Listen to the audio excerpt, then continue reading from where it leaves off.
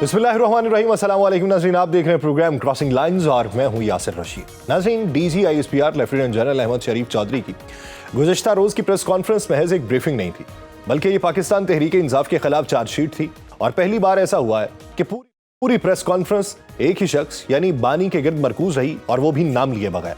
लेकिन असल मसला नाम ना लेने का नहीं बल्कि लहजे का है, क्योंकि ये लहजा ना माजी की सियासी कशमकश से मेल खाता है और ना एस्टेब्लिशमेंट के रिवायती अंदाज से। माजी में साबिक वज़ीर आज़म नवाज शरीफ और बेनज़ीर भुट्टो के भी फौज से इख्तलाफात हुए, मार्शल लॉ भी लगते रहे, मगर फौज की जानिब से कभी इस कदर शदीद रद्दमल जाहिर नहीं किया गया, जबकि सियासी क़यादत भी दरमियानी रास्ता निकालती रही, क्योंकि सियासत खेल ही इम्कानात का। चुनांचे ये सवाल शिद्दत से पैदा हुआ है कि क्या रियासत या हुकूमत के अगले फैसले में पाकिस्तान तहरीक इंसाफ पर पाबंदी भी ज़ेरे गौर आ सकती है। क्योंकि आज जो एक अहम खबर मंजर आम पे आती है वो ये आती है कि बहुत सारे रहनुमा ऐसे जो 9 मई या उसके बाद सियासत के अंदर नफरत का बीज बोते रहे, उनके नाम एग्जिट कंट्रोल लिस्ट के अंदर ऐड कर दिए गए। प्रेस कॉन्फ्रेंस में इमरान खान को जिस तरह रियासत मुखालिफ, अपनी जात का कैदी और जहनी मरीज जैसी अलामात रखने वाला करार दिया गया, ये महज गुस्से में कहे गए अल्फाज नहीं थे, बल्कि इदारे ने वाज़े तौर पर यह पैगाम दिया है कि अब पाकिस्तान तहरीक इंसाफ का बयानिया किसी तौर पर कबूल नहीं किया जाएगा। सबसे अहम नुकता यह है कि यह प्रेस कॉन्फ्रेंस किसी जाती राय का इजहार नहीं बल्कि इदारे के वाज़े मौक़िफ़ का इजहार थी। यही वो चीज़ है जिसने सियासी मंजरनामे को एक नई बहस की तरफ धकेल दी है कि क्या अब खान से जेल में मुलाकातों पर पाबंदी लगने जा रही है या पार्टी खुद किसी बड़े फैसले की तरफ बढ़ रही है। एक सहाफ़ी ने बिलाखिर वो सवाल पूछा जो इस वक्त पूरे मुल्क में ज़ेर बहस है कि क्या फ़ौज हुकूमत से PTI पर पाबंदी लगाने का मुतालिबा करेगी। जवाब मोहतात मगर मानी खेज था। DG ISPR ने कहा कि फ़ौज एक इदारा है, फैसला रियासत यानी हुकूमत करती है, लेकिन उन्होंने साथ ये भी वाज़े किया कि उन्हें यह हक है कि वो आवाम को बताएं कि कौन रियासत मुखालिफ है। जवाब से यह वाज़े हुआ कि एस्टेब्लिशमेंट ने अपना मौक़िफ़ पूरी शिद्दत से रख दिया, अब कदम हुकूमत ने उठाना है। प्रेस कॉन्फ्रेंस के बाद हुकूमती वज़रा के बयानात ने भी इस बयानिए की तौसीक़ की। वज़ीर दिफ़ा ख्वाजा आसिफ ने कहा कि ताबूत में आखिरी कील लग चुका है, और ये कि इससे पहले एस्टेब्लिशमेंट ने खान के बारे में कभी इस लहजे में बात नहीं की थी। दूसरी तरफ वज़ीर इत्तलात अताउल अतारड़ ने इसी मौक़िफ़ को मज़ीद सख्त अंदाज में बयान किया और कहा कि बानी पाकिस्तान तहरीक इंसाफ मुल्क के लिए खतरा बन चुके हैं। चुनाचे बज़ाहिर ये दिखाई देता है कि सिविल हुकूमत और एस्टेब्लिशमेंट का बयानिया मुकम्मल तौर पर हम आहंग है। कौमी सियासी तारीख का अगर जायजा लिया जाए तो इस नौइयत की कशमकश में अमूमन वही सियासी जमातें अपनी बका कायम रख पाती हैं जो मफाहमत का रास्ता निकालती रहीं। इस वक्त ना मफाहमत दिखाई देती है, ना ही कोई सियासी हिकमत अमली है। सोशल मीडिया के ऊपर एक बार फिर पाकिस्तान तहरीक इंसाफ के हामी अनासिर इस बयानिए को आगे बढ़ा रहे हैं, जिसकी जानिब DG ISPR ने अपनी प्रेस ब्रीफिंग में वाज़े तौर पर इशारा किया था। अगले चंद हफ्तों में वाज़े क्या होगा? यह वाज़े होगा कि पाकिस्तान तहरीक इंसाफ अपनी मौजूदा क़यादत के साथ पाकिस्तानी सियासत में जगह बरकरार रख पाती भी है या नहीं, या मज़ाहमत की सियासत का जो है वो इजहार किया जाता है। इसी बारे में बात करेंगे। हमें ज्वाइन किया है सीनियर पाकिस्तान के सीनियर सहाफ़ी हफीजुल्लाह नियाज़ी साहब ने। नियाज़ी साहब, बहुत शुक्रिया आपके वक्त का। नियाज़ी साहब, रियासत की एक नई लाइन सामने आई है, PTI का जो नैरेटिव है उसको खतरा करार दिया जा रहा है। दूसरी तरफ PTI को देखें, वो भी उस पर उससे ज्यादा इंतहाई सख्त मौक़िफ़ अपना रही है। सवाल मेरा यह है कि रियासती पॉलिसी और पाकिस्तान तहरीक इंसाफ का जो ताज़ा रद्द-ए-अमल है, ये जो टक्कर है, ये पाकिस्तानी सियासत को किस समत को लेके जा रही? देखिए, मुझे अब ये नहीं पता कि किस डगर में बैठेगा, लेकिन जो कुछ कल में प्रेस कॉन्फ्रेंस की है वो मेरे लिए कोई हैरत की बात नहीं थी, अचंभे की बात नहीं थी। मैं 3-4-5 महीने से जिस डगर में हालात जा रहे थे, तो उसका एक जो मंतकी अंजाम कह लें या एक जो कंक्लूजन कह लें, वो यही था जो कल आपने देख लिया है।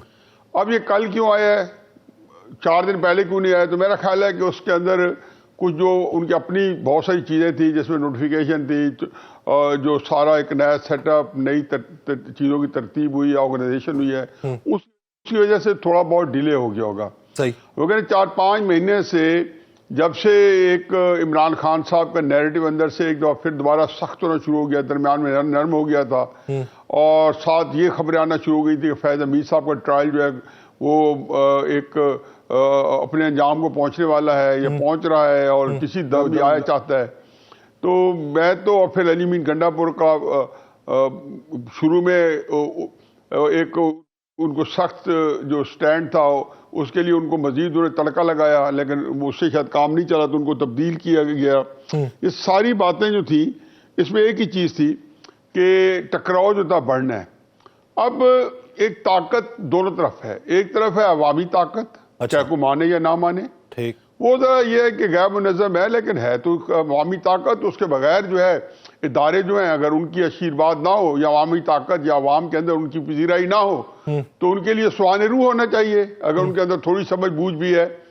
और दूसरी तरफ एक हमारा इदारा है जो इंतहाई डिसिप्लिन, बहुत भरपूर ताकत है। अब असल झगड़ा तो हमारे पास 3 साल से 3.5 साल से जो कुछ भी है इमरान खान वर्सेस एस्टेब्लिशमेंट है। गवर्नमेंट तो बराए नाम है, वो तो जहां पे एस्टेब्लिशमेंट खुद नहीं जवाब दे सकती, कल उन्होंने खुद दे दिया है, तो वो उनको एक प्रॉक्सी के तौर पे हुकूमती वज़रा जो है बुनियादी तौर पर एस्टेब्लिशमेंट की पिजराई कर रहे होते हैं, उन्हीं को डिफेंड कर रहे होते हैं, उन्हीं का नूर बसीरत वो आम कर रहे होते हैं। अच्छा, दूसरे इमरान खान है, उनको भी अपनी उसके बाप के जोम है, भुट्टो साहब को भी अपनी इस ताकत में जोम था, नवाज शरीफ साहब को भी इस ताकत में जोम था। हर एक ने तरीकाकार क्या इख्तियार किया क्या नहीं किया, उनका हर एक के अंदर अपनी एक कैपेसिटी है इस सारी हालात को जांचने परखने की, और उस जो सलाहियत है उसको बुरे कार ला के हर एक ने एक लाएमल बनाया। भुट्टो साहब का जो लाएमल था उनको फांसी के फंदे तक ले गया। नवाज शरीफ का जो लाएमल था उसके अंदर बहरहाल हर दफा वो सरवाइव कर गए, मुशर्रफ साहब के वक्त में भी सरवाइव कर गए, उससे पहले गुलाम इसाक खान के वक्त में भी सरवाइव कर गए। यानी कि वो सारा कुछ एक झगड़े के बाद वो उसमें से कम अपने आप को बच पे जाके निकल आए।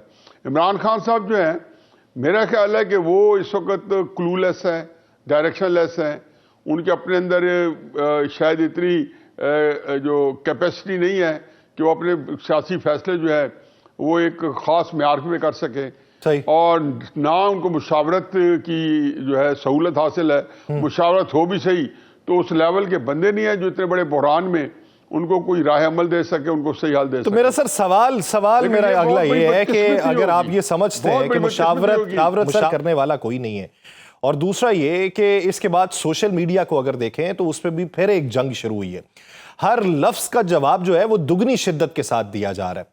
तो क्या ये वो लम्हा है जहां रियासत और पीटीआई के दरमियान तसादुम महज सियासी नहीं रहा बल्कि ये एक नैरेटिव वॉर की शक्ल इख्तियार कर चुका है, या अगला भी इसका कोई फेज हो सकता है? और दूसरा ये कि क्या मियां नवाज शरीफ की तरह इमरान खान इस फेज से निकल जाएंगे? नहीं, हमारे वो तो लेट हो गया ना। इमरान खान साहब के पास तो जब तक डीजी, पहले तो उसी सवाल का जवाब मैंने तकरीबन दे ही दिया, बस उसको वैसे ही हम जो है मुख्तलिफ उसको जावियों से देख रहे थे। जवाब तो मैंने दे दिया कि जी वो लड़ाई ऑलरेडी हो चुकी है, इसका इंतजार बड़े अरसे से था, कल तबले जंग था। अब जो जवाब आ रहे नहीं, जवाब गजल आ रही है, ये तो साइड बाइट्स हैं। जो मेन कोर्स है वो तो ये है कि इमरान खान साहब ने उनको ललकार दिया, उन्होंने इमरान खान को ललकार दिया, दैट्स इट। और ये बड़े अरसे बाद पहुंचा, ये यकदम नहीं पहुंचा, ये इसकी तैयारी हुई है। मैं जाती तौर पर समझता हूं कि फायद हमीद साहब को जब से गिरफ्तार हैं और उनको इसलिए सामने नहीं लाया जा रहा है कि इमरान खान साहब के साथ मामला अगर कोई मुफाहमत का हो जाए तो उनको उनका जो केस होगा वो फर्क किस्म का आएगा। अच्छा। अगर इमरान खान साहब को उन्होंने कोई किसी भयानक अंजाम तक पहुंचाना है तो उनका केस फर्क होगा। अच्छा। अब पिछले 3-4 महीने से जो वाइब्स आई हैं वो इसी का हिस्सा थी। जब उन्होंने ये कहा गया कि इमरान खान साहब किसी दूसरी जगह मुंतकिल किया जा रहा है, तो मेरे तो दिमाग में यही आता था कि उनको फौजी किसी छावनी में मुंतकिल किया जा रहा है, बहाने से पहले स्टेप में इस्लामाबाद, फिर किसी और, ये जो 2-3 महीने पहले की बातें हैं। फिर कहा गया कि फैज अमीन ने इमरान खान साहब को बतौर गवाह तलब कर लिया। वो भी मेरे ख्याल में यही था कि गवाह क्या होते हैं, गवाह का तो एक ढोंग ही है, वो कहना फौजी अदालत को पहली दफा लग रही है। पता नहीं दर्जनों 20 माशलाओं में लगी हैं, सियासतदानों पे लगी हैं, हर जगह पे लगी हैं, दूसरे जो हमारी दहशत गर्द है उन पे लगती हैं। तो उसका ये रवैया तो होता नहीं है कि 2-3 साल तक आप चलाते रहे। हाँ, आप कुलभूषण जादेव है, फंसाए हुए ना उसने, उसकी वजूहत कुछ और है। ये नहीं कि उसके ऊपर मुकदमे के अंदर कोई तहकीकात हो रही कुलभूषण जादेव की। एग्जैक्टली इमरान खान साहब की वजह यह है कि लिंगर ऑन करने का, एग्जैक्टली फैज हमीद साहब की भी वजह यह है कि लिंगर ऑन करने की वजह यह है कि उससे कुछ और प्रेशर है या और कुछ चीजें जिनको अकोमोडेट करना है। कल की प्रेस कॉन्फ्रेंस के बाद वो सारी जो सहूलतें थी या सोच जो विचार की जो सहूलतें थी वो वापस ले ली गई हैं। अब तो यह है कि जो भुट्टो साहब कहा करते थे कि धमाधम मस्त कलंदर, अब जो धमाधम मस्त कलंदर है, देखें ये जो जंगें होती हैं, ये लड़ाइयाँ होती हैं, ये उनका हर एक का रहनुमा असूल एक ही है। आप शुरू तो कर सकते हैं, खत्म कौन करता है, किस हालात में होती है, कैसे होती है, वो होगा। तो ये क्राइटेरिया नहीं बनाएंगे कि इमरान खान जो है उनके इस्तेजाज नाकाम गए, फलां नाकाम गए। इनको हर एक को पता है कि उनकी ग्राउंड के अंदर क्या सूरत हाल है। वरना कोई भी अच्छा, election चले का वो चले आप एक- सर कहते हैं कि ग्राउंड में सूरत हाल जो है वो उनकी मजबूत है। एक और बहस ये है कि उनकी जो हमशीरा है उन्होंने भारतीय मीडिया पे इंटरव्यू दे दिया, भारत ने बढ़ा चढ़ा के उसे पेश किया है। जब पाकिस्तान तहरीक इंसाफ के लोग जो हैं ये भारतीय प्लेटफॉर्म पे पाकिस्तान के अंदरूनी मामलात पे गुफ्तगू करें और फिर वो गुफ्तगू प्रोपेगेंडा में इस्तेमाल हो, तो फिर रियासत जो है वो कहती है हम बर्दाश्त नहीं कर रहे। आपकी नज़र में उन्होंने किसी से मशवरा नहीं किया होगा, जल्दबाजी में ये इंटरव्यू दे दिया, या ये सोचे समझे मकसद के तहत दिया गया? क्या हुआ होगा आपकी नज़र में? देखिए साहब, हमारे अब इंसानियत खत्म हो गई है। हम ये सोचने पर तैयार ही नहीं है कि जो बहन है या बेनजीर या बेटी थी भुट्टो की, या मरियम नवाज शीशा की बेटी थी, वो उस तरीके से नहीं सोच रही थी, बाकी सियासतदान सोच रहे थे। या जो जनरल बाजवा और फैज अमीर नवाज शीशा के बारे में सोच रहे थे, वो मरियम नवाज नहीं सोच रही थी। देखो, हमारे पास कोई हमारी इक़्तिदार जो है वो बुरी तरह तबाह बर्बाद हो चुकी हैं। अब बहनें जो हैं उनको कोई बंदा बहन होने का मार्जर देने पर तैयार नहीं है। हम जो थे, हम जो भुट्टो साहब के खिलाफ थे तो हम भी नहीं देते थे बेनजीर साहबा को। अब आगे पता चलता है कि ये शकावत थी, ये केयरलेसनेस थी, ये इंतहाई संगदिली थी, क्योंकि आप रिश्तों के मार्जिन के साथ रखें। रिश्ते सियासत में, और फिर वो बहनें जिन्होंने सियासत से कभी न लेना न देना न उसमें दखल दिया है, अब भाई की वजह से सामने है। अब उसके अंदर कौन क्या क्या गेम प्ले कर रहा है, डेफिनेटली 90% मेरा अपना ही ख्याल है, मेरे कोई अंदर की मुझे इतलात नहीं है, ना मेरा कोई किसी से कोई कम्युनिकेशन है अंदर के। मैं जो अंदाजा कर सकता हूं कि उन्होंने जितने इंटरव्यूज दिए हैं वो बिल्कुल एक नादानी में, नासमझी में, और एक फ्रस्ट्रेशन में कि शायद कहीं से कोई रिलीफ मिल जाए, शायद कोई कहीं से दबाव आ जाए, तो उसके अंदर कोई प्लानिंग नहीं है। बाकी इसको ज़ेब दास्तान के लिए, आप आराइश और ज़बाइश के लिए कोई मैं नहीं पहनाते, हर बंदे के पास सहूलत है। लेकिन अगर ना भी हो तो जो कल वो प्रेस कॉन्फ्रेंस कर रहे थे अहमद शरीफ साहब, जो मेरे नज़दीक वो इंतहाई बावकार और बड़े एक समझदार आदमी हैं, लेकिन जब मैं पुरानी किताबें पढ़ता हूँ, स्ट्रेंजर में ओन कंट्री कला खादम राजा की, वो ये कहते हैं जी मुजीब का रेफरेंस देने का मतलब है गद्दार का रेफरेंस। लेकिन पाकिस्तान के अंदर ये तो कंसेंसस है ही नहीं कि मुजीब को खाली जिम्मेदार था। एक बात तय है कि आज देखें इतनी पाकिस्तान की अच्छी सूरत हाल है, इंडिया से जंग जीती है, दुनिया हमारे साथ खड़ी है, लेकिन आपकी कितनी सूरत हाल, कितनी तकरतू है, कितनी अनसर्टेनिटी है, उसकी वजह क्या है? सियासी अदम इस्तेकाम, यानी सियासी अदम इस्तेकाम है, वही अदम इस्तेकाम जो है उसको खत्म कर लिया जाए और उसका ही मंजरनामा आगे बढ़ाए तो सूरत हाल बेहतर हो सकती है। बहुत शुक्रिया हफीजुल्लाह नियाजी साहब इस हवाले से अपना वक्त देने के लिए। नाज़रीन, इसी मंजरनामे में मजीद बात करते हैं और इसके मुख्तलिफ पहलुओं का तज़किरा करते हैं। हमें ज्वाइन किया है इसी बीच में सीनियर तजियाकार सईद काजी साहब ने। काजी साहब, बहुत शुक्रिया आपके वक्त का। काजी साहब, एक तरफ से प्रेस कॉन्फ्रेंस हुई, उसके बाद जो रिबटल देखने में आया, जब हमें ये मालूम पड़ता है कि अमल भी सख्त है, रद्द अमल भी सख्त है, रियासती मौक़िफ़ मज़ीद सख्त तरीन होता जा रहा है और सोशल मीडिया जो है वो जलती पर आग का काम कर रहा है और तेल जो है वो डाला जा रहा है मुसलसल एक नैरेटिव के ज़रिए, तो आप समझते हैं कि ये मामला जो है ये एक सियासी बुनियादों पे हल होने वाला मामला रह गया? देखिए, मुश्किल ही लगता है सियासी अंदाज से ये हल हो पाए, मगर इससे तमाम पहलू का, without subscribing to any of the versions that we have seen couple of days for and against जो बातें हो रही हैं, इसमें सबसे जो इशू है वो ये है कि ये जो इशू इस वक्त एक पार्टी का, हुकूमत का या रियासत का है, हम लगता है कि हम इस तरह से आके एक फंस के रह गए हैं कि हम कोई अगर टीवी पे बैठे हैं या कोई पॉलिसी मेकिंग में बैठे हैं, भाई हम पहले 5 महीनों में $15 बिलियन का खसारा आ गया है, उसका क्या करना है। अभी IMF ने एक डैमनिंग रिपोर्ट दी है कि जनाब आपका तो हाल ही बुरा है, या तो जो थेफ्ट है वो एक वे ऑफ लाइफ है, वो उसका उसे कोई टीवी पे कितनी हम उसको इम्पोर्टेंस दे रहे हैं, हमारे इकोनॉमिक फ्यूचर का क्या होगा, क्या बनेगा। हम जो परमानेंटली एक सूद और कर्जे के नशे में मुब्तला है, हमें तो इस तरह जरूरत है, जिस तरह एक नशई आदमी को हमें एक अस्पताल में भर्ती करवाना पड़ता है, वो कैसे उस कैफियत में हमारी मैशत है, उस पर क्या कोई डिस्कोर्स या गुफ्तगू हो रही है। भाई इसने ये, अच्छा हाँ, टेररिज्म का एक मसला है। टेररिज्म में अगर कोई पॉलिटिकल पार्टी या उसका कोई, पहले भी हम देखते रहे कई पार्टियों के विंग्स थे जो मिलिटेंट थे अब है या नहीं है, ये मैटर एविडेंस का है, और उसको वेरीफाई करना तो काम जरूरी है। लेकिन अपार्ट फ्रॉम दैट, हमने कुछ अर्सा पहले जो ISPR के चीफ हैं उन्होंने बरमिला कहा था कि यहाँ एक ब्लैक इकॉनमी है, और वो जो ब्लैक इकॉनमी है वो हमें जो है वो टेररिज्म में पैसा जा रहा है, यहाँ पे एलीट का कैप्चर है, स्मगलिंग का जिक्र किया था उन्होंने, वाइट जो मनी लॉन्ड्रिंग का जिक्र किया था। तो मैं समझता हूं कि ये वो बुनियादी इश्यूज हैं जिन पर हमें बहुत ज्यादा गाजी साहब, आपकी बात 100% दुरुस्त सर।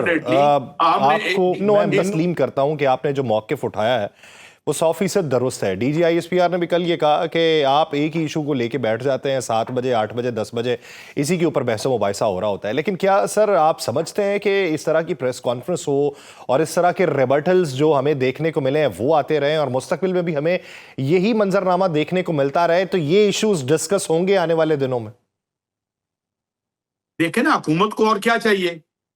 देखें, हुकूमत को और क्या चाहिए कि जो इश्यूज हैं, जो उनकी नालायकी है, जो उनकी नाअहली है, 24 से 25 जो वो प्रोग्राम ले चुके हैं और 25 के 25 प्रोग्राम फेल हो जाते हैं। हम एक IMF से प्रोग्राम लेते हैं और उसके बाद उसके फेलियर के बाद कहते हैं आइए हमें दोबारा रेस्क्यू करें। एक दवाई हम 25 दफा लेके दोबारा भी बीमार हो रहे हैं, और 25,000 दफा भी लेंगे तो ये जो लोग मिसमैनेज कर रहे हैं, जो ऊपर बैठे हुए हैं, कुछ नहीं होने वाला। तो अच्छा है, आप भी लगे रहे, मैं भी लगा रहा हूँ, ये हुकूमत भी करते रहे, और माशाल्लाह झंडे वाली गाड़ियां चलती रहे, तनख्वाहें आती रहे, ठेके बिकते रहे, ठेके होते रहे, 43 बिलियन रुपीस की जो ग्रांट्स हैं या जो तरक्याती फंड है वो तकसीम होते रहे, तो और क्या चाहिए? इससे अच्छी क्या सिचुएशन हो सकती है इनके लिए?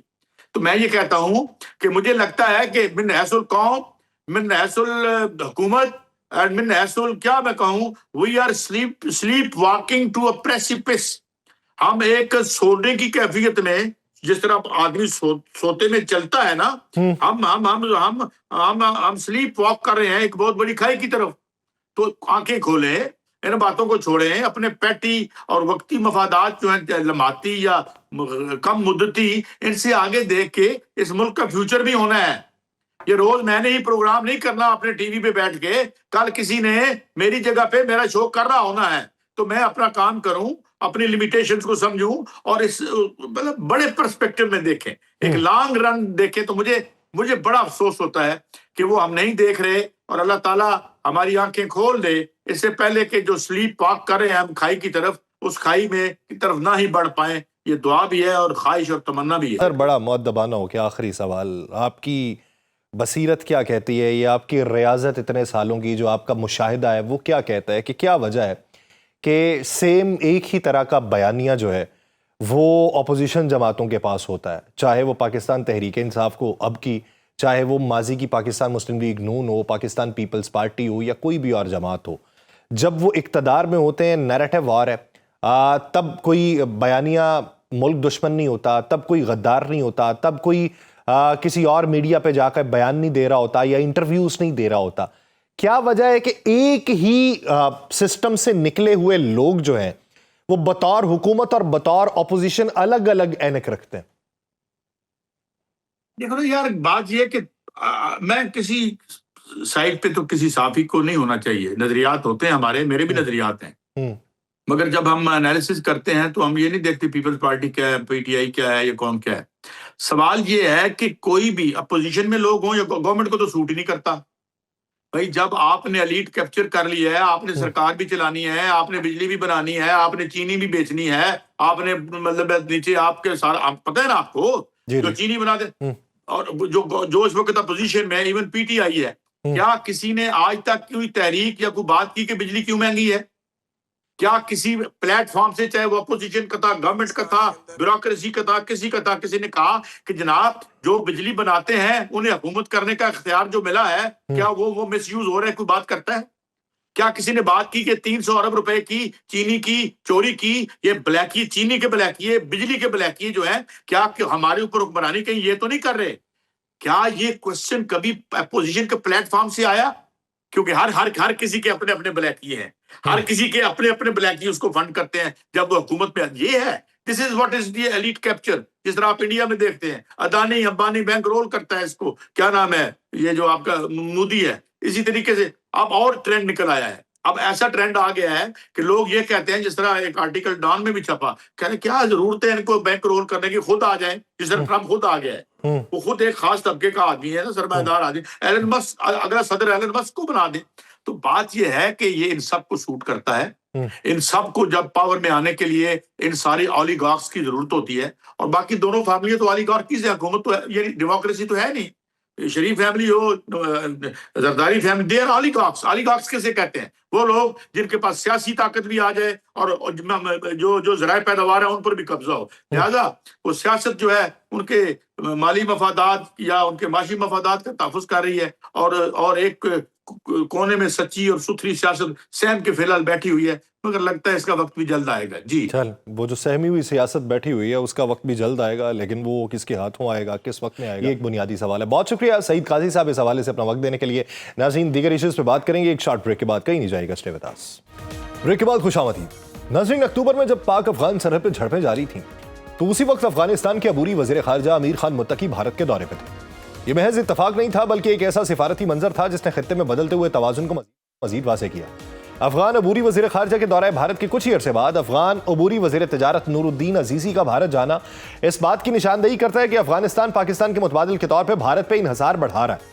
ऐसे माहौल में जब पाकिस्तान सरहद पार से होने वाली दरअंदाजी और दहशतगर्द हमलों पर शदीद तहफ़्फ़ुज़ात रखता है, अफगान वज़ीर खारजा की जानिब से पाकिस्तान के खिलाफ उनके हालिया सख्त बयानात ने दोनों मुल्कों के दरमियान पहले से मौजूद तनाव को मजीद बढ़ा दिया। पाकिस्तान का मौक़िफ़ इब्तदा से वाज़ेह है कि जब तक अफगान सरजमीन पर मौजूद गिरोह पाकिस्तान में दहशतगर्द कार्रवाइयां करते रहेंगे, सरहद मामूल की दो तरफा तजारत के लिए नहीं खोली जा सकती। पाकिस्तान ने अलबत्ता यह वाज़ेह किया कि मसला अफगान अवाम से नहीं बल्कि तालिबान हुकूमत की पॉलिसी से है। चुनांचे पाकिस्तान ने अक़वाम मुत्तहिदा के इंसानी हमदर्दी के सामान को सरहद पार अफगानिस्तान जाने की इजाजत दे दी। यह सहूलत सिर्फ इंसान दोस्त मकासद के तहत दी गई और इसका आम तजारत या अफगान ट्रांजिट ट्रेड की बहाली से कोई ताल्लुक नहीं है। हुकाम के मुताबिक दोनों ममालिक के दरमियान दो तरफा तजारत और मामूल की सरहदी आमदोरफ्त पे पाबंदियां बदस्तूर बरकरार है। 12 अक्टूबर से तूरखम, गुलाम खान, खरलाची और अंगूर अड्डा पे तमाम दरामदात बरामदात और ट्रांजिट कार्गो मुअत्तल हैं, जबकि चमन बॉर्डर 15 अक्टूबर से बंद है। अब सिर्फ वो इमदादी ट्रक जो कई हफ्तों से फंसे हुए थे इंसानी हमदर्दी की बुनियाद पर गुजर रहे हैं। दूसरी तरफ अफगान हुकूमत के इश्तियाल अंगेज बयानात सूरत हाल को मजीद पेचीदा बना रहे हैं, जो भारत की तर्जुमानी करते हुए दिखाई देते हैं। अफगान अबूरी वज़ीर खारजा आमिर खान मुत्तकी ने कहा है कि पाकिस्तान को यह हक नहीं पहुंचता कि तालिबान को बताया जाए कि वो किन ममालिक के साथ किस नौइयत के ताल्लुकात रखे, और ना ही पाकिस्तान अफगान खारजा पॉलिसी पर असरअंदाज हो सकता है। उन्होंने यह हर्जा सराई भी की कि पाकिस्तान ने बारहा अफगानिस्तान की इलाकाई सालमियत की खिलाफ वर्जी की, तजारती रास्ते बंद किए और अफगान पनाहगुज़ीनों को हिरासा किया। तालिबान तर्जुमान ने भी तजारती रास्तों की बंदिश का इल्जाम पाकिस्तान पर आयद कर दिया। पाकिस्तान के लिए असल मसला अफगान सरजमीन पर सरगर्म दहशतगर्द गिरोह हैं जो पाकिस्तान में हमले करते हैं। उन्हीं खदशात के बायस बलूचिस्तान हुकूमत ने बैरून मुल्क मुकीम कलदम बलोच अस्करियत पसंद तंजीमों की क़यादत के खिलाफ बड़ी कार्रवाई का फैसला किया है, जिनकी बड़ी तादाद अफगानिस्तान में इस वक्त पनाह लिए हुए है। यूं मजमूई मंजरनामा यह वाज़ेह करता है कि अफगानिस्तान का भारत के साथ बढ़ता हुआ ताउन और पाकिस्तान के खिलाफ सख्त लहजा उस हिकमत अमली को जाहिर करता है जिसमें नई दिल्ली एक बार फिर अफगान सरजमीन को पाकिस्तान के खिलाफ प्रॉक्सी के तौर पर इस्तेमाल करने की पॉलिसी पर गामजन है। इसी मंजरनामे में बात करेंगे। हमें ज्वाइन किया है defence lieutenant general retired Moinuddin Haider साहब। जनरल साहब, बहुत शुक्रिया आपके वक्त का। जनरल साहब, मौजूदा मंजरनामे में देखा जाए, हम बारहा यकीन दहानियां करवा चुके कि हम अपनी सिक्योरिटी देख लेंगे, आप देख लें, आपकी तरफ से दरअंदाजी ना हो। हमने बारहा उनके सामने शवाहिद रख दिए, बारहा तरले मिन्नत भी कर लिए और वाज़ेह जवाब भी दे दिया, लेकिन अफगान पॉलिसी जो है वो तब्दील नहीं हो रही। इसके पीछे बुनियादी निकात क्या देखते हैं? जी हाँ, हिंदुस्तान से तो ताल्लुकात इनके काफी अरसे से कायम हैं और आपको मालूम है कि एक जमाने में इन्होंने बहुत सारे अपने कॉन्सुलेट खोले हुए थे हमारी बॉर्डर के साथ, जहाँ लेबर अटैची, और इस बहाने से वो पाकिस्तान के खिलाफ दरअंदाजी करते थे और अफगान हुकूमत उनकी इंटेलिजेंस उनकी मदद भी करती थी। ये तो सिलसिला बड़े अरसे से चल रहा है। बाकी ये है कि हिंदुस्तान ने काफी वहां पर इन्वेस्टमेंट की है, उनकी पार्लियामेंट बना कर दी और उनके बहुत से अस्पताल बनाए, कोई स्कूल बनाए, और अब वो कह रहा है कि मैं $1 बिलियन से दरिया काबुल पर जो है आपको डैम बना के दूंगा जहाँ बिजली होगी और पानी होगा और फलाना होगा। तो वो ये इस किस्म की तो वो लालच दे रहा है हिंदुस्तान इनको, और अफगानी उनकी बात सुन रहे हैं। लेकिन वो ये नहीं समझते कि एक तवील अरसे से, जबकि पाकिस्तान का वजूद भी नहीं था, तो अफगानिस्तान का कराची पोर्ट से ही तमाम ट्रांजिट जो है खाने पीने की अशिया, आपको पता है कि वहाँ गंदम भी नहीं उगती, चीनी की भी कमी है, खाद की भी, बाकी चीजों की, वो सब यहीं से जाता था। और पाकिस्तान इस सिलसिले में हमेशा उनके साथ कोऑपरेट करता रहा है, चाहे ताल्लुकात अच्छे हों या कशीदा हों, उसके बावजूद भी। और दूसरी बात यह है कि जब ये पहला सोवियत यूनियन का अटैक आया है और बेइंतहा यहाँ पर अफगान महाजरीन आए हैं, तो पाकिस्तान ने उनको हथियार भी लाने की उस जमाने में इजाजत दे दी, अपने साथ गाड़ियां भी लाने की इजाजत दे दी, वो नारकोटिक्स भी ले आए पाकिस्तान के। इसके बजाय कि उनको कैंपों में महदूद की जाते, वो पाकिस्तान के तूल और अर्ज में फैल गए और जगह जगह उन्होंने 12 मार्केटें खोल दी, जहाँ हथियार भी बिकते थे, नारकोटिक्स भी बिकते थे, हमारा कल्चर भी खराब हुआ। सही। लेकिन पाकिस्तान ने खंदा परेशानी के साथ इनकी खिदमत की, इनके लोग आफ्टर किया, कायम हो गई है। रूसी भी वापस चले गए हैं, अमेरिकन भी वापस चले गए हैं। आप मुख्तार कुल हैं अपने इलाके के, तो अभी ये जो है अपने लोगों को वापस बुलाएं और वो यहाँ से जो है महाजरीन का स्टेटस इनका खत्म करें। तो लेकिन वो उस सिलसिले में जब उनके लोगों को भेजा जाता है यहाँ से, वो उस पर भी पाकिस्तान से नाराज होते हैं कि नहीं, ये आपके ऊपर ही सवार रहेंगे। तो हमसे बहुत कंसेशन वो चाहते हैं। और जिस जमाने में इनके सोवियत यूनियन का अटैक आया था और इनके यहाँ माजिन आए थे, वो पाकिस्तानी करेंसी में और अफगानी करेंसी में तमाम पाकिस्तान से सामान खरीदते थे और अफगानिस्तान वो भेजते थे तजारत के तौर पर। बहुत पैसा कमाया उन महाजरीन ने, यहाँ प्रॉपर्टियां बना ली, होटल बना लिए और बहुत जमीनें खरीद ली। अब जब उनसे कहते हैं कि आपके पास जाली आइडेंटिटी कार्ड है, जाली पासपोर्ट है और आपके पास प्रॉपर्टी नहीं खरीद सकते थे, आप दूसरे मुल्क से आकर मना है, तो वो उसके ऊपर भी झगड़ा करते हैं। जनरल साहब एक चीज बताइए, ये लोगों की वापसी के हवाले से जो वो मौक़िफ़ अपना रहे हैं, सर वापसी के हवाले से जो मौक़िफ़ अपना रहे हैं वो तो एक अलग बहस। ये टीटीपी के हवाले से वो कहते हैं कि ये पाकिस्तान का अंदरूनी मसला है, फिर वो उन लोगों का वजन अपने कंधों पे क्यों लाद के रखना चाहते हैं? उसके पीछे उनका क्या मफाद है? देखिए, बलूचिस्तान में जो चल रहा है वो भी कहेंगे पाकिस्तान का मसला है, टीटीपी का ही मसला है। आपने इन लोगों को वहां क्यों बिठाया हुआ है, क्यों उनको फैसिलिटेट कर रहे हो? अमेरिकन हथियार जो छोड़कर गए थे वो इनके हाथों में किस तरह पहुंच रहे हैं? कौन इनको प्रोवाइड कर रहा है? कौन ये लोग? टीटीपी का दिमाग तो खराब नहीं कि अपनी आगे जान खामखा गंवा दें, मारे जाए पाकिस्तानी फौज या स्काउट्स के हाथों। कौन उनको पैसे दे रहा है? जाहिर है कि हिंदुस्तान दे रहा है और अफगानिस्तान भी बीच पाइपलाइन में से अपना हिस्सा निकाल रहा है और वो इस अरेंजमेंट से खुश है। तो दूसरी बात, हिंदुस्तान ने जो उनको अभी दिया है, लॉलीपॉप दिखाया है, वो ये क्या है कि आप फिक्र ना करें, कराची पोर्ट से अगर आपका ट्रांजिट बंद होता है तो हम आपको चाबहार, जो हमने ईरान ने हमें दिया था डेवलप करने के लिए, जो बड़े अरसे से डेवलप पूरी तरह नहीं कर सके हिंदुस्तानी, कहते हैं वहां से हमने ऑल्टरनेटिव रूट भी बना दिया है, ईरान से निकल के अफगानिस्तान और सेंट्रल एशिया तक जाएगा। हम आपको वहां से तमाम सामान की तरसील करेंगे, जो कि बहुत लंबा रास्ता है, महंगा रास्ता है, लेकिन ये उन्होंने उनको लॉलीपॉप दिखाया है कि ये हम आपके लिए कर सकते हैं और अफगानी उसको जो है मेरे ख्याल में कबूल कर रहे हैं। लेकिन सर, ईरान इजराइल जंग के बाद जो वहां से लोग गिरफ्तार हुए ईरान के अंदर से, उनमें तो बहुत सारे लोग जो थे वो भारतीय थे, जिनके ऊपर ये शायबा था कि ये इंफॉर्मेशन देने वाले थे। तो क्या अब भी भारत का स्टेटस जो है वो ईरान में वैसा ही है जो 6 माह पहले था? उम्मीद है ऐसा नहीं होगा। और ये भी उनको पता है, कलभूषण जो आया था, पकड़ा गया था, वो भी वहां चाबहार से ही आया था। और ये भी उनको पता है कि ये दफा जो बहुत जासूसी हुई है और उनके लीडर मारे गए हैं, उसमें बहुत से भारतीय पकड़े गए थे। तो वो जाहिर कि ईरानी बहुत कंफर्टेबल नहीं फील कर रहे होंगे और इनके दरम्यान जो माहदे हैं तेल खरीदने के या दूसरे, उसमें थोड़ा रुकावट आएगी। लेकिन फिलहाल तो भारत उनको यही बावर करा रहा है कि हम आपको ऑल्टरनेटिव रूट से ये चीजें दे सकते हैं, और अफगानी उसको फिलहाल तो वो ये पाकिस्तान को एक किस्म की धमकी दे रहे हैं कि हम ऑल्टरनेट रूट से अपना अपना ट्रेड डेवलप कर लेंगे, नया सिस्टम। सर, जो पाकिस्तान के अंदर दरअंदाजी होती है, कार्रवाइयाँ होती हैं जिसमें खारजी मारे जाते हैं, इतलात आती हैं, चलें 3 टीटीपी के होंगे, 3 अफगानी बीच में से निकलते हैं, 3 तो चले हमारे मलबे में डाल दिए कि हमारे ही भागे हुए उधर थे, तो 3 जो उनके थे, उनके हवाले से अफगानिस्तान क्या मौक़िफ़ अपनाता है? देखिए जी, बात यह है कि वो तो कह सकते हैं जी हमारा पूरी तरह कंट्रोल नहीं है। कोई बॉर्डर विलेज पर जो है वो आदमी, उसका कबीला आधा इधर है तो आधा इधर है, तो इस सिलसिले में वो खुद ही चले जाते हैं, कोई हमारी सरपरस्ती नहीं है।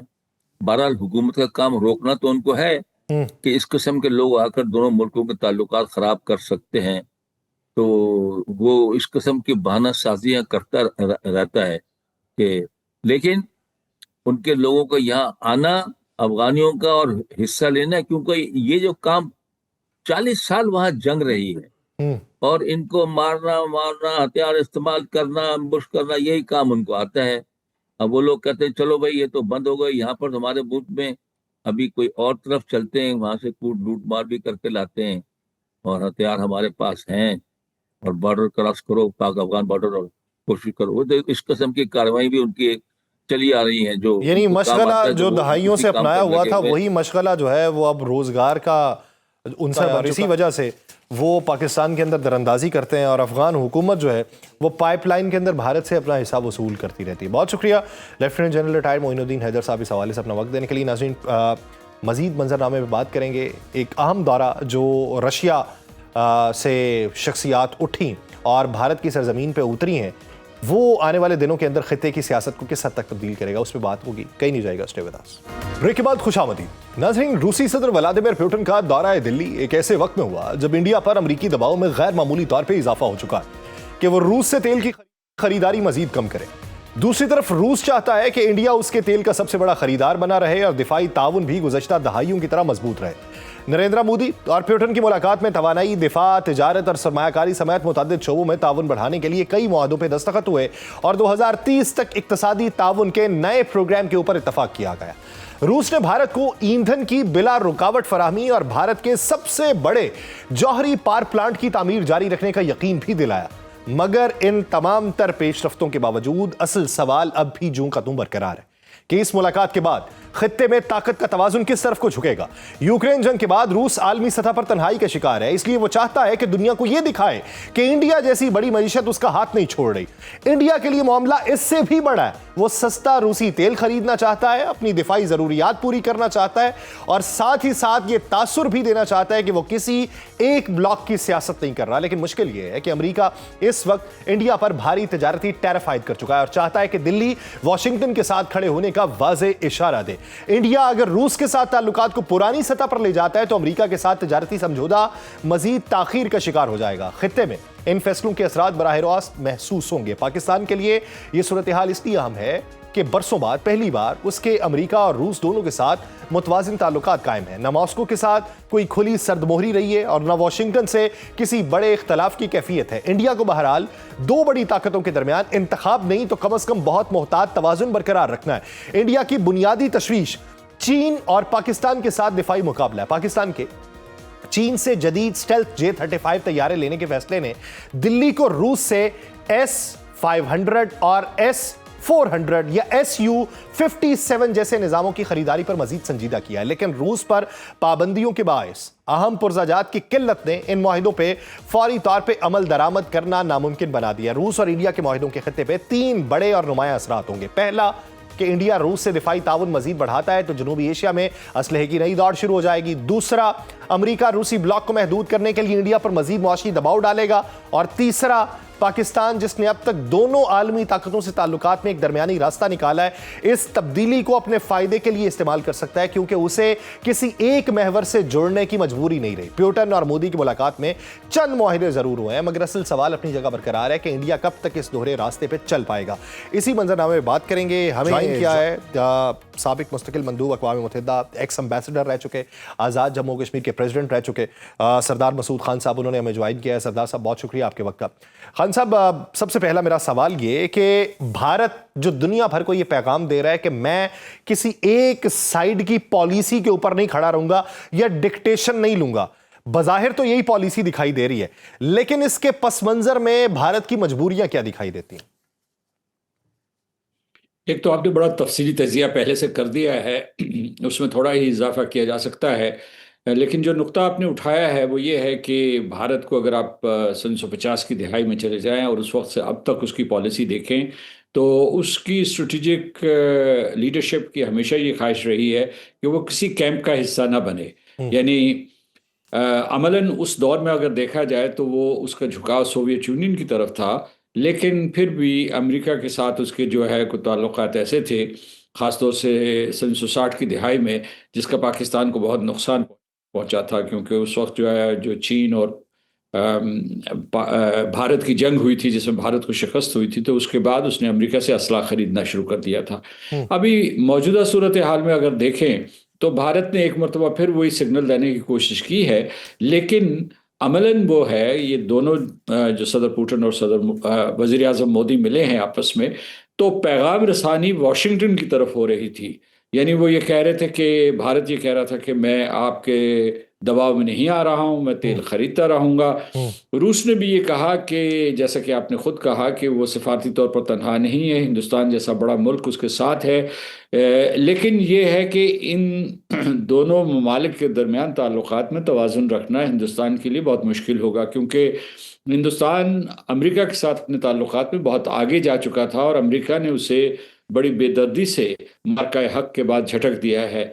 मिसाल के तौर पर आप ये देखें कि वो उसमें जो है वो क्वाड का मेंबर भी है, उसके बाद उसे एशिया पैसिफिक में, जिसे ये इंडो पैसिफिक कहते हैं, उसे नेट सिक्योरिटी प्रोवाइडर कहा गया था। तो इन सब चीज़ों के ऊपर नज़रसानी हो रही है वाशिंगटन में। और दूसरी तरफ जो है जो मामलात हैं, मिसाल के तौर पर जो ये तेल की ख़रीदारी के, तो एक तरफ जो है उन दोनों ममालिक के कायदीन ने यह अदा किया है कि जी अमेरिका के मतलब बस बैन सतूर उन्होंने कहा है कि अमेरिका ने अगर कहा कि आप तेल ना खरीदें तो इसमें जो है इनकी तजारत पे कोई असर नहीं पड़ेगा, लेकिन आदाद शुमार ये कहते हैं कि हिंदुस्तान पहले ही अमेरिका के दबाव के तहत 38% तेल की खरीद में कमी कर चुका है और कई वादे वईद जो है अमेरिका से भी कर रहा है ताकि उसके ऊपर जो प्यूनिटिव टैरिफ्स लगे हुए हैं 50% के, उनको किसी तरीके से कम करवा सके। लेकिन खान साहब, एक बुनियादी सवाल ये है कि वो तो कर चुका, 38% कमी तो वाकई हो चुकी, लेकिन पुतिन का इस खित्ते में आना तकरीबन, मुझे अगर मैं मुबालगा आराई से काम नहीं लेता तो 2 दहाइयां हो गई इस खित्ते में कोई विजिट किए हुए, तो इस खित्ते में आना ये तो बज़ाहिर पैगाम वाशिंगटन तक पहुंचाना है, तो वो 38% की कमी, क्या वो कमी ही अमेरिका को मंजूर है? ये जो अलामती दौरा है इसका भी कोई ना कोई आफ्टर शॉक देखने को मिलेगा? देखिए, जो हिंदुस्तान ने बड़ी चालाकी से अमेरिका से बहुत से फ़ायदे उठाए, लेकिन उसकी दिफाई सलाहियत का ज़्यादा इन्हिसार रूस के ऊपर है और उनके पास जितना भी असला है, एक पहले इन्होंने सबमरीन उनसे ली हुई थी, उसके बाद जो है इनके मिसाइल सिस्टम, जो मिसाइल डिफेंस सिस्टम जो है, जो S-400 था, या उसके अलावा जो Su-29 या 30 जो इस्तेमाल करते थे, आपने ख़ुद कहा कि उसे अपग्रेड करने की कोशिश कर रहे हैं Su-50 के ऊपर, और फिर जो है उसके अलावा जो जी और इसी तरीके से जो है वो S-500 का जो दिफाई निज़ाम जो है, तो एयरक्राफ्ट भी नए ख़रीदना चाहते हैं, दिफाई निज़ाम भी नया ख़रीदना चाहते हैं।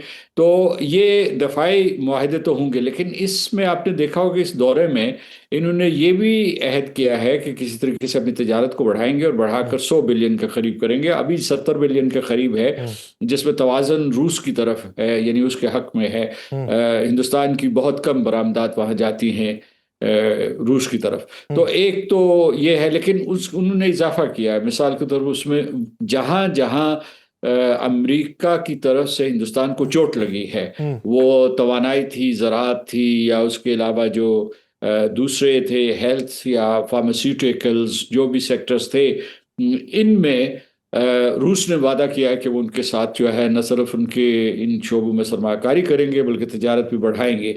और उसके बाद जो है उन्होंने ये भी कहा है कि वो ज़्यादा से ज़्यादा फिशरीज़ और फिर जो है हिंदुस्तान की शिपिंग के ऊपर इन्हिसार करेंगे। तो इसमें यानी जो हिंदुस्तान को धचका लगा था उसको सहारा देने के लिए आए हुए थे। और दूसरी तरफ ये दोनों ममालिक ये कह रहे थे कि यानी अमेरिका के इस तरीके से पीछे हटने की वजह से वो तनहा नहीं है। एक चीज़ जो मैं कहना चाहता हूँ कि हिंदुस्तान इस वक्त कमज़ोरी की हालत में है, लेकिन मैंने दुनिया के मीडिया नेटवर्क्स में ये तबसरे पढ़े हैं, रूस इस वक्त कमज़ोर नहीं है। रूस बल्कि जो है इस वक्त बड़ी सख्त ताकतवर पोजीशन में इस वजह से है कि अमेरिका ने जो 28 नुकाती एक फार्मूला दिया यूक्रेन के सिलसिले में, उसका झुकाव रूस की तरफ है। तो रूस जो है यानी इस वक्त यूरोप कमज़ोर है निस्बतन, लेकिन vis-a-vis the United States of America रूस जो है वो मजबूत है। अच्छा तो सर, एक चीज बताइए, जब आप कहते हैं कि यूरोप कमजोर है, आप यहाँ सिर्फ अगर मुकाबला है या किसी तरफ से खाइफ कर देने वाली अगर पोजीशन है तो वो अमेरिका की तरफ से तो नहीं है। यूरोप भी तो अपनी सारी की सारी तजारत जो है वो खत्म करके बैठा हुआ है रशिया से, तो इसमें यूरोप की नाराजगी जो है वो भी सामने नहीं आएगी भारत के? देखिए, इसमें सदर पुतिन ने एक दलील दी है। उसने कहा कि जो न्यूक्लियर फ्यूल है वो हमसे अमेरिका खरीदता है, तो अगर भारत ने उससे तेल खरीद लिया और यूरोप भी तेल खरीद रहा है, मतलब एक ख़ास किस्म की प्राइस कैप के नीचे नीचे नीचे जो है तेल और गैस जो है, तो वो कहते हैं कि इसमें कौन सा बड़ा जुर्म हो गया। तो कहते हैं कि बल्कि वो ये मसला जो है अमेरिका से भी उठाएगा। तो इसमें तेल के अलावा और बहुत सी चीज़ें हैं जिसकी वजह से भारत को नुकसान पहुंचा है। और मेरा ख्याल है कि और फिर उन्होंने ये भी कहा है, जो सदर ट्रंप को जो बहुत नागवार गुजरती है, उनका कि ब्रिक्स का जो एक पूरे का पूरा ब्लॉक है उसके ज़रिए जो है हम एक मुतबादल और मुनसफ़ाना निज़ाम कायम करना चाहते हैं, जिसका मतलब वो ये कह रहे हैं कि जो अमेरिका के ज़ेर सरकर्दगी जो निज़ाम है वो गैर मुनसिफाना है। और इसमें इस वजह से भी अमेरिका ने भारत को सज़ा दी थी, क्योंकि जो भारत था वो न्यू डेवलपमेंट बैंक के क़याम में बहुत पेश था। उसके अलावा जो है वो ग्लोबल साउथ की नुमाइंदगी करना चाहता है। तो इस वजह से ये जो फॉल्ट लाइन्स हैं ये थोड़ी बिखर रही हैं और हिंदुस्तान के हक़ में नहीं जा रहे, अगरचे उसे वक्ती तौर पर रूस की तरफ से सहारा मिल गया है। सर, एक सवाल ये है कि अगर वो अपनी दिफाई पोजीशन देखे ख़ित्ते के एतबार से, तो उसको अगर अपने असलहे के अंदर इजाफा करना है या अपग्रेड करना है तो वो सिर्फ पाकिस्तान की वजह से नहीं करना। वो पाकिस्तान की तरफ तो रुख करेगा, लेकिन साथ ही साथ वो चाइना को भी मलहूज़े खातिर रखेगा। अब चाइना की बेहतरीन टाइज रशिया के साथ हैं, तो क्या इन एग्रीमेंट्स में चाइना की इन्वॉल्वमेंट हो सकती है रशिया की तरफ?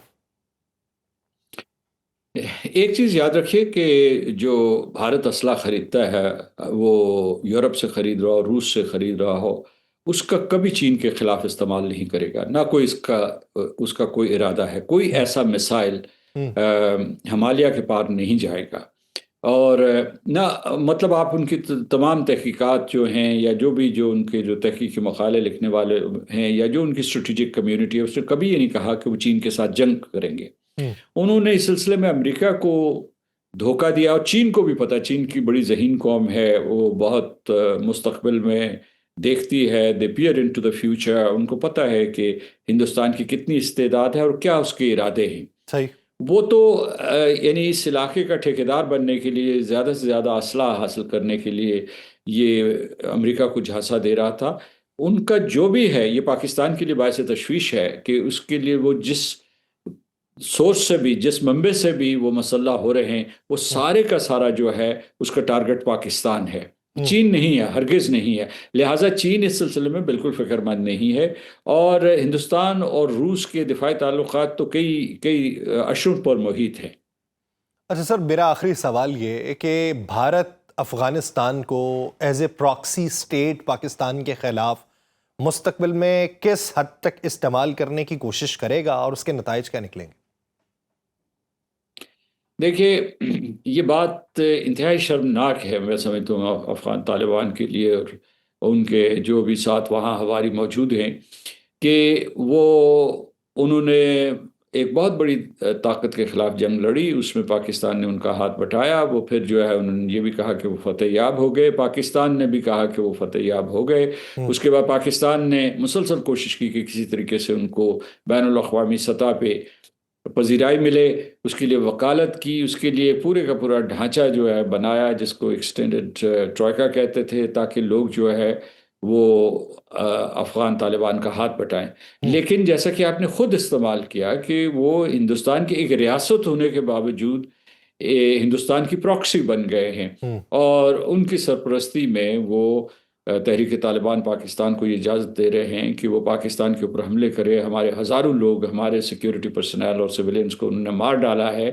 ये ऐलान जंग है पाकिस्तान के ख़िलाफ़, और जब पाकिस्तान जवाबी हमला करता है तो बहुत वावेला करते हैं, एहतजाज करते हैं, और फिर ये कोई एक किस्म का वो इस्तेहकाक समझते हैं कि उनके हमले जो है पाकिस्तान के ऊपर यकतरफा होने चाहिए। तो ये सिलसिला जारी रहेगा, और इसमें बल्कि मैं समझता हूँ कि ख़तरे की बात यह है, अगरचे हमारे जो है रूस के साथ ताल्लुकात बेहतर हो रहे हैं, और हमें ये नुक्ता उठाना चाहिए कि कहीं भारत जो है रूस को भी इस सिलसिले में आमादा न कर ले, क्योंकि भारत की ये आदत है कि जब भी बाहर से कोई उनका मेहमान आता है, जैसे सदर पुतिन गए हुए हैं, तो उन्होंने पाकिस्तान के खिलाफ जब भी उनकी 1-on-1 मीटिंग्स हुई होंगी या जो खुफिया मीटिंग्स हुई होंगी, पाकिस्तान के खिलाफ ज़हर अफशानी की होगी, और फिर जो है उन्हें भड़काया होगा। हमें अपने जो डिप्लोमेटिक टाइज हैं उनको मजबूत करना है, और उन चैनल्स को आजमाना है, और अपने जो ताल्लुकात हैं वो भी बैलेंस रखने हैं, ताकि खित्ते का कोई और जो